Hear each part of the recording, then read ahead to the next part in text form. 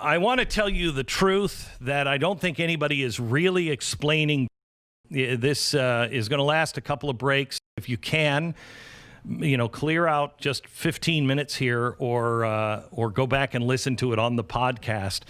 But we are collectively living through you broke it, you bought it right now. And it's the Federal Reserve that has broke it.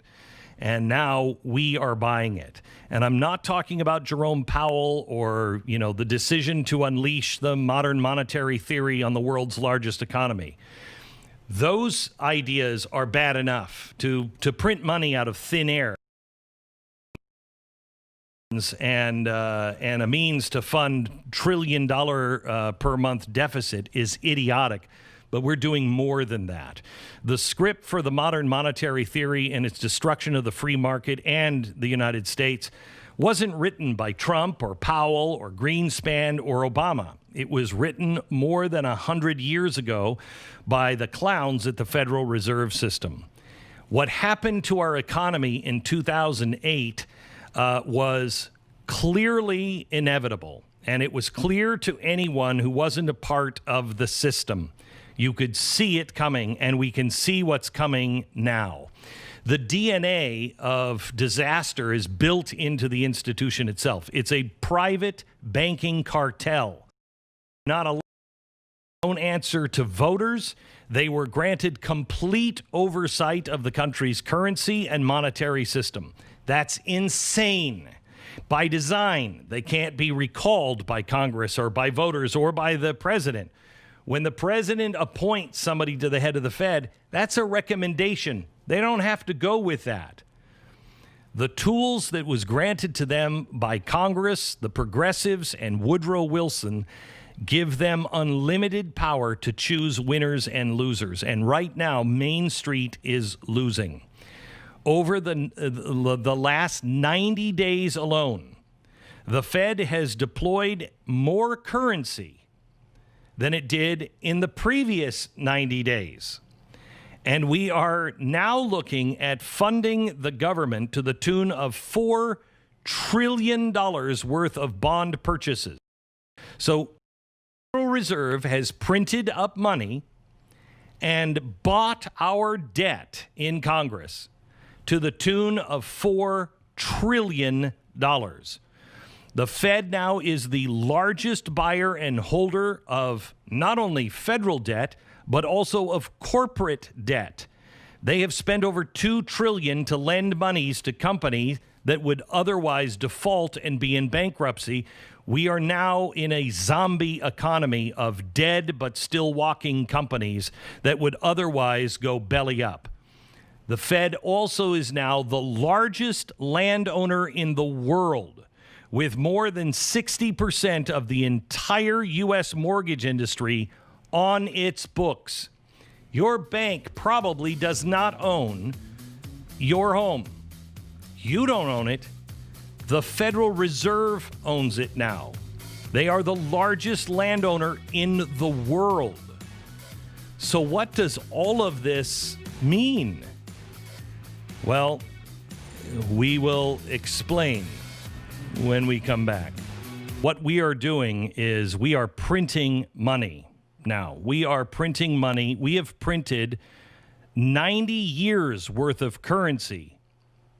90 years of currency in the past 90 days. We are staring down the barrel of a mathematically certain hyperinflation event, and we have seen it over and over and over again around the world. It always ends the same way. And that will mean higher prices for gas and T-shirts and food and toys on Amazon Prime. It's going to mean higher prices for everything that will put you in a box. We're already seeing inflation. In fact, I think we're starting to see hyperinflation, and where you're seeing it is in the stock market.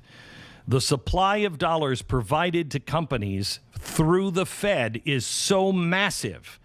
So the price of stocks has skyrocketed because of the increased demand. But eventually, those dollars will start to spill into the larger economy. Right now, what is saving us from massive inflation is no one is spending any money. But our dollar, the value of our dollar, is crashing overseas. More dollars in circulation, the lower and lower the purchasing power. That's inflation. And it's coming in a scale that we have not seen since Venezuela or Zimbabwe, Argentina, or the Weimar Republic in Germany. Now, what the Democrats don't want you to know that's in phase 4 of their COVID-19 bailout program are all kinds of new powers for the Federal Reserve, including the power to create bank accounts for every American at a Fed charter bank. Well, at least then we'd know which banks are the banks of the Fed. The Fed then can simply print the digital currency into existence and put it directly into the account of American citizens.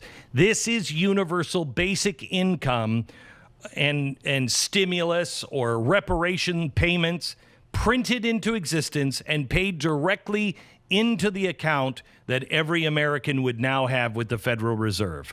That does not end well. We know how it ends. Governments can print currency, but they cannot create wealth. By printing currency, they can destroy wealth. The real value comes in the full faith and credit. Well, no one believes that we're going to pay anything back anymore. The doom was written into this structure.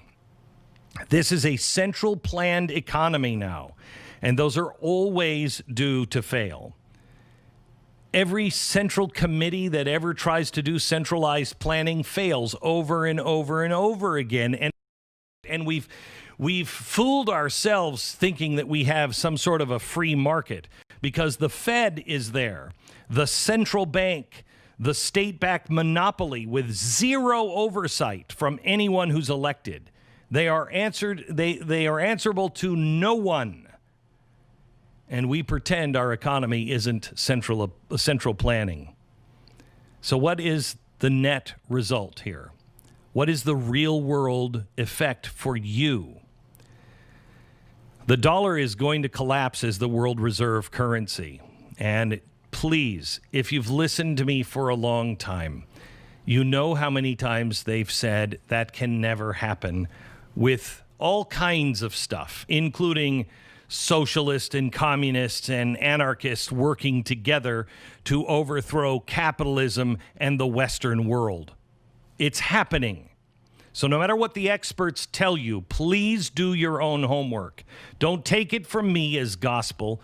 Do your own homework, because this is what it's going to mean.